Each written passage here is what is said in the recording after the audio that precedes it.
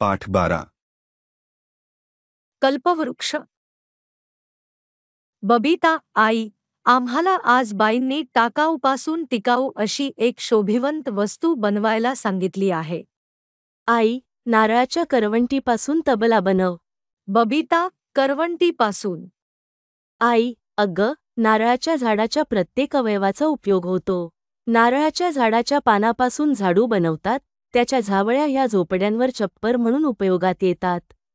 नारळाची फळे म्हणजे नारळाचे पाणी, आपण त्याला शहाळ्याचे पाणी म्हणतो, जे आरोग्यासाठी खूप लाभदायक असते.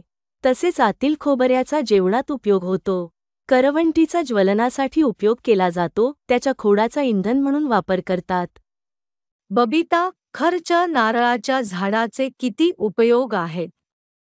आई, नारळाच्या झाडाचा प्रत्येक भाग हा उपयोगात येतो, म्हणूनच नारळाच्या झाडाला कल्पवृक्ष म्हणतात. चल, मी तुला नारळाच्या करवंटीपासून तबला बनवायला शिकवते.